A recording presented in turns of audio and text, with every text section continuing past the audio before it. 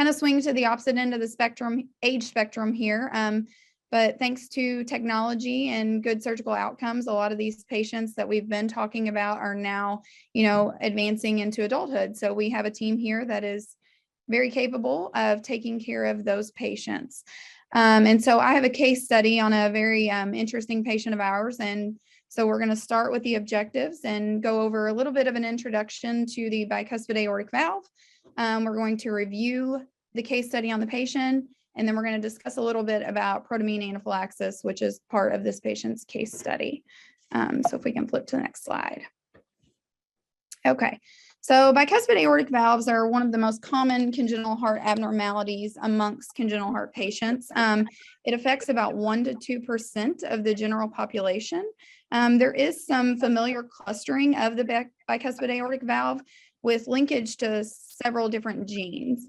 And the pathology of a bicuspid aortic valve is, mainly related to varying degrees of malformation of that valve. So some could be, the complete absence of a commissure to the underdevelopment or fusion of, one of those commissures.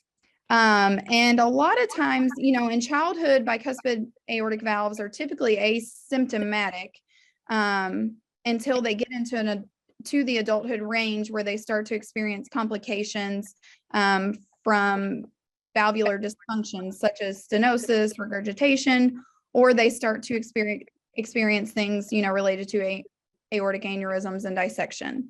As I said, this clinical course is variable, so there are ranges from severe aortic stenosis in childhood to completely asymptomatic in adulthood. A lot of these patients that, are severely stenotic in childhood, we, tend to know about right away. Some of these patients, for a lot of the general pediatricians, may make it into their teenage years before this is ever discovered. And so as long as these patients are diagnosed relatively early and have follow-up on a regular basis, they tend to have the same life expectancy as the general population. Next slide, please. So our case study is on a patient, MH, who is a 33-year-old male patient with a history of a bicuspid aortic valve.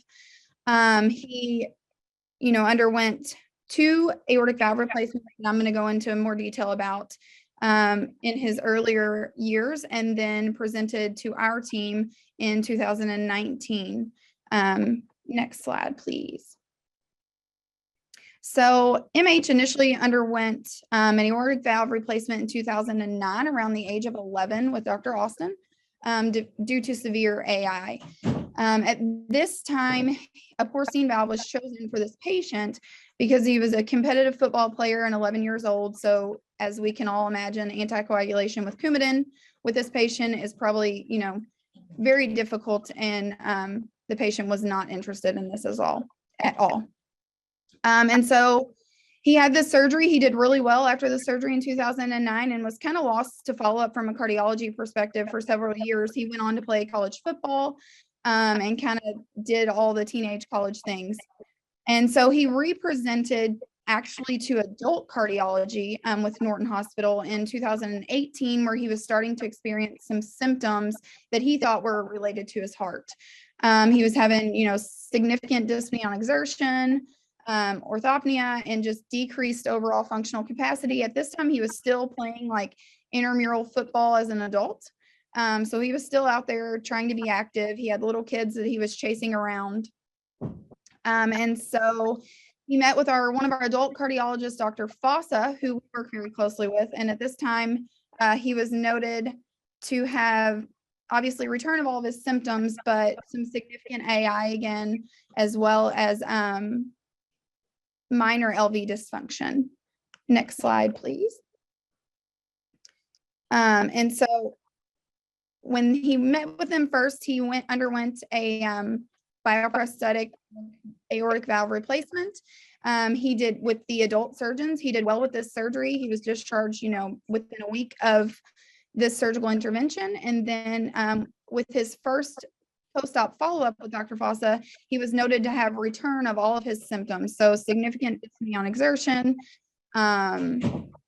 significant fatigue. And at this time, an echo was obtained that revealed, more AI again in the setting of a brand new valve, as well as a perivalvular leak that was pretty significant. So it appeared that he had some degree of bioprosthetic mismatch with this new valve that was just placed. So when this occurred, Dr. Fossa, knowing us and having a good working relationship, called us up and referred him to our team for further evaluation, as well as our CV surgery team. So we met with this patient, myself and Dr. Al-Sufi, on the same day to, discuss his case and discuss surgical options. And at this time, the surgical options that were presented to him were obviously another bioprosthetic valve. He could at this point have a mechanical valve placed, or we felt that he was a great candidate for a Ross procedure. And I have a diagram on this page that kind of is a watered down version of a Ross procedure. And so we chose to proceed with the Ross procedure in this patient. He was not interested at all in another bioprosthetic valve, considering, the recent previous surgery where he had mismatch. He was still not interested in a mechanical valve because the thought of Coumadin and him still being very active was not interesting to him at all. So we decided to proceed with a Ross. And a Ross procedure is where they will take this diseased aortic valve area and remove that. And they will then take the pulmonary valve and part of the native pulmonary valve and pulmonary artery and move that into the position of the aortic valve. They will then reimplant the coronary arteries to that. And then they will go in and place a homograph of some sort with a pulmonary valve in it in the place of that native pulmonary artery. And so the benefits of this procedure is, one, no anticoagulation because you don't have some type of mechanical valve in place. We do put these patients on aspirin, but other than that, it's not recommended that you have to have Coumadin or a NOAC or anything of that sort. The other thing is that, the hope is that if later down the road you need some type of further intervention, we could likely take care of this in the cath lab. So this all sounded very appealing to this patient at this time, and we all agreed that he was a great candidate. And at this time, his only comorbidities, which we screen thoroughly when they come to the ACHD team, was that he had obstructive sleep apnea, for which he was compliant with a CPAP machine. And he also was obese on the spectrum, but he was a very big, bulky guy and looked like your typical linebacker. Next slide, please. So MH went forward to have this Ross procedure done. It was a very lengthy procedure, as this was his third, sternotomy. I think he was in the OR for a total of about 13 hours with a total aortic cross clamp time of longer than 400 minutes. But overall, the Ross procedure itself went well. He did initially come off bypass and tolerated that for about a minute or so, but following the administration of Protamine, he developed severe pulmonary edema, which resulted in around 2 liters of serous fluid coming out of his ET tubes and chest tubes. Subsequent significant hypotension, and decision was made in the OR to ultimately cannulate this patient and place him on ECMO. So he returned to the CICU at the Children's Hospital, which is where all of our adult patients go following any of their cardiac surgeries, with a significant amount of pressor support with epinephrine, norepi, vaso, milrinone, and continue to have significant amount of fluid loss where he required multiple blood transfusions, multiple fluid transfusions. The first 24 hours, Andy was on ECMO. The first 24 hours for this patient were extremely, extremely grim. Next slide, please. He had a very lengthy hospitalization. He came in for this procedure on December 19th, I believe, of 2019, and was not discharged from the hospital until around February of 2020. His hospital stay resulted in actually 2 ECMO cannulations, multiple cardiac arrests, end organ damage involving his liver, kidneys, which resulted in the need for CRRT and hemodialysis, as well as prolonged intubation requiring tracheostomy. He also experienced several VT arrests, resulting in placement of an ICD by the adult cardiology team at Norton Hospital. He was taken to the cath lab at Children's multiple times to evaluate his coronaries and his postoperative anatomy. He had care that spanned across both sides of the street, so between Norton Hospital and Norton Children's. Next slide, please. Yeah, so his length of stay was 2 months in the CICU at Norton Children's, followed by a 6-week stay at Fraser Rehab. His care was managed by multiple subspecialists, as I said, from the pediatric and adult side. And those are including, but not limited to, just some main contributors were the renal team at Norton Hospital, Norton Adult Cardiology, Norton Pulmonology, and then the plastic surgery team here at Children's, as well as our pediatric cardiology team and CV surgery teams. Matt was discharged from the CICU here with a tracheostomy on trach collar, dialysis dependent and wheelchair bound, but surprisingly to all of us, despite his multiple cardiac arrests, he was still completely neurologically intact. So he rehabbed quite a bit for 6 weeks over at Fraser and was eventually discharged home in the beginning of April with very close follow-up with our team. We did a lot of telehealth visits. He also had home nursing, home OT, and home PT. And, you know, in the midst of all of this, Matt's wife had their second baby while he was actually in the CICU at Children's Hospital. So we kind of went through a lot with this patient. Everyone is very attached to him. But I am happy to report that 2 years later, Matt is currently off dialysis. His tracheostomy has been completely removed and reversed. He is back to working a full-time job, and physically capable of chasing around his 4 children at home.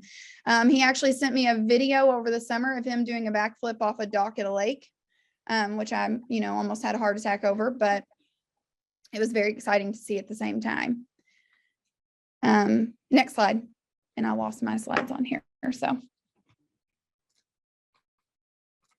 And so I did add a little bit to the end of this about protamine anaphylaxis.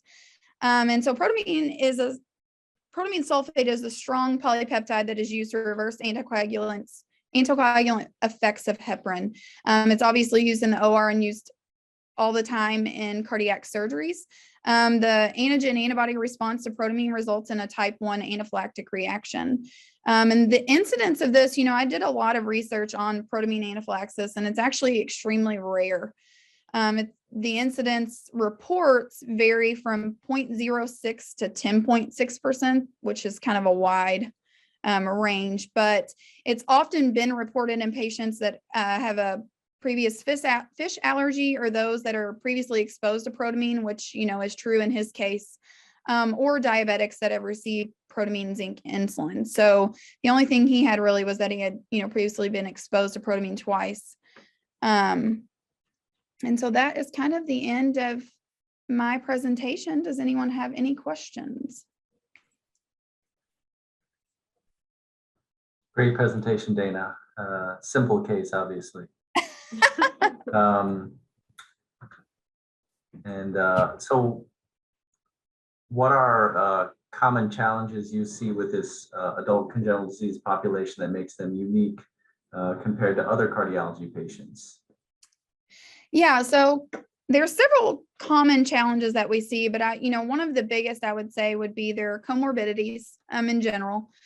And then there's psychological, social factors that play into this. A lot of these patients that have had surgeries as a child or have been, with pediatric cardiology for a long time, have a lot of actually, PTSD from their childhood experiences. And that was one of the biggest things, when I first met this patient, he repeatedly asked me, his only question was, please tell me that I'm going to wake up from the surgery. Please tell me that I'm going to, and obviously after his case, that was something that really stuck with me because we never expected this to happen following his surgery. So I would say that was, that's one of the big things that we deal with in this population. All right. And what is the best way you think for the pediatricians and other subspecialists who are on following congenital heart disease patients to help them transition to adult care providers when it is time? Yeah, so one of the biggest things, we are now seeing a lot of 18, 19, 20-year-old patients who are very used to their parents completely, being responsible for their care throughout their childhood. And so we get a lot of these patients and they have, no idea what surgeries they had, who their primary cardiologist is, what medications they are on. And so those are kind of the main three things when they come to us initially, as young adults, that I think pediatricians could probably help us with is just, as you're transitioning these patients out of pediatric care into their, primary care, try to just kind of quiz them on who their cardiologist is, where they should go for cardiac care, what medications they are on, and who they should call if they have a problem. And then the other big thing is, referring them to a primary care physician. A lot of our patients come to us not really having any primary care physicians. So those are some of the big things that the pediatricians could help us with.